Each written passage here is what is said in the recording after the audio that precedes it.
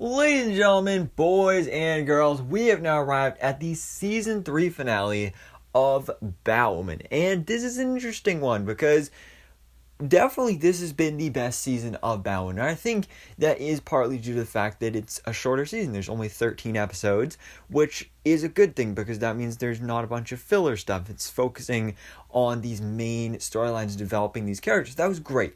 It was a great season. But this season finale, though, it wasn't terrible, but it also wasn't great either. I have a lot of problems with it, but there's also some positives, and I feel like they do actually wrap up the storylines for Season 3 pretty nicely, and do end off on a fairly big cliffhanger for Season 4, which, by the way, Batwoman has not even been renewed for Season 4 yet, so we don't even know for a fact if we are getting Season 4.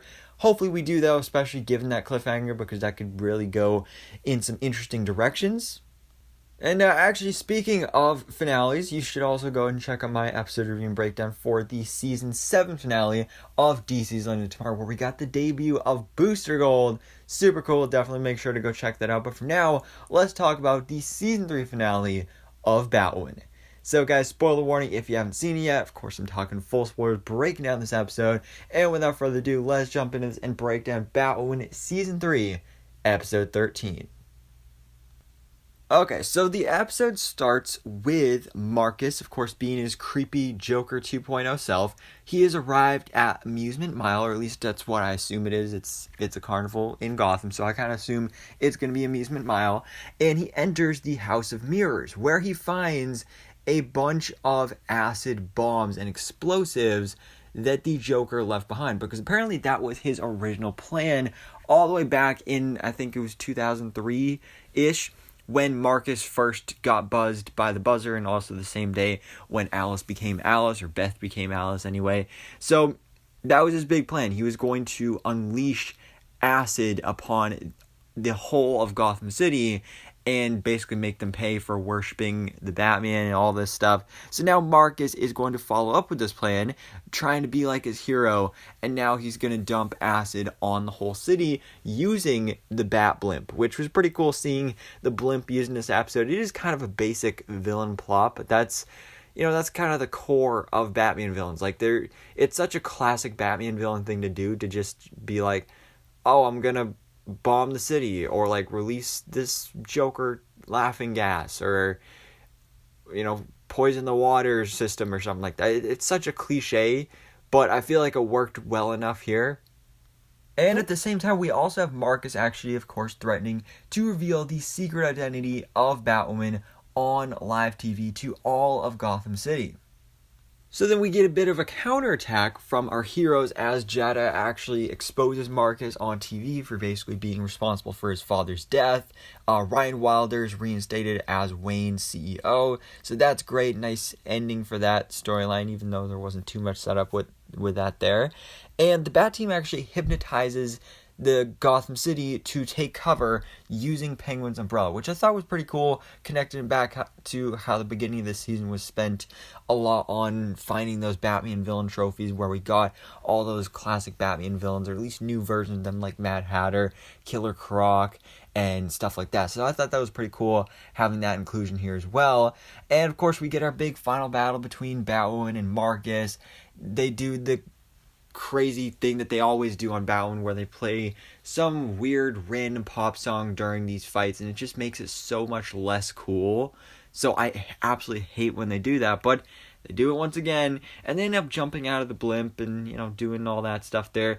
Batwing flies in there, and he actually has to use his dad's AI and leave that behind to actually stop the blimp and make sure that it lands in a safe area, avoiding the city. So he has to make that sacrifice, and this is something that was like, it was a cool emotional moment, but I didn't really feel anything because there wasn't really anything set up here. There was stuff set up earlier in the season, but these past couple episodes, Luke has really done nothing, so it didn't really feel earned to have this moment, but we still got it anyway.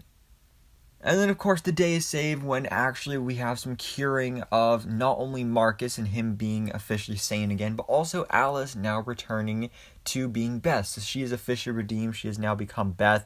And the episode kind of ends with her just leaving to go get help.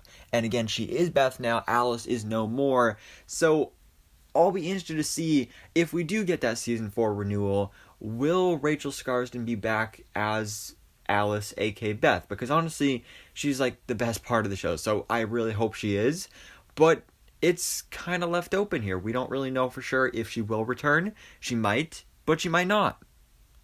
And we also get a nice happy ending for our Bat team, finally united once again together. You got some ships, romance, lovey-dovey stuff going on here between Luke and Mary, Sophie and Ryan. So that's all great there. They get their nice little happy ending. But we end off on a big cliffhanger here at the end of the episode where we have some reporters investigating the basically aftermath of Amusement Mile with all the acid all over the place from the blimp, and all of a sudden this crazy creature, something or someone, attacks her. You see some kind of crazy huge skeletal arm like slash at them and claw at them and then disappears. And as this figure starts walking away, it looks like they're wearing like ripped clothes. So my first idea, alright, it looks like a zombie. So Solomon Grundy, because he's a zombie, and that's what I was thinking at first. And then as soon as I was thinking that, I was actually super disappointed. Like, if this is Solomon Grundy, that is way too skinny to be Solomon Grundy. I mean, we got a great version of the character on Stargirl where he was a big, huge CGI version of the character. So I could see it being Solomon Grundy. But the other big theory that I've been seeing go around is Blight. Which is also kind of similar to Dr. Phosphorus, who both are green skeleton dudes, who actually, basically their whole thing is acid and radioactivity.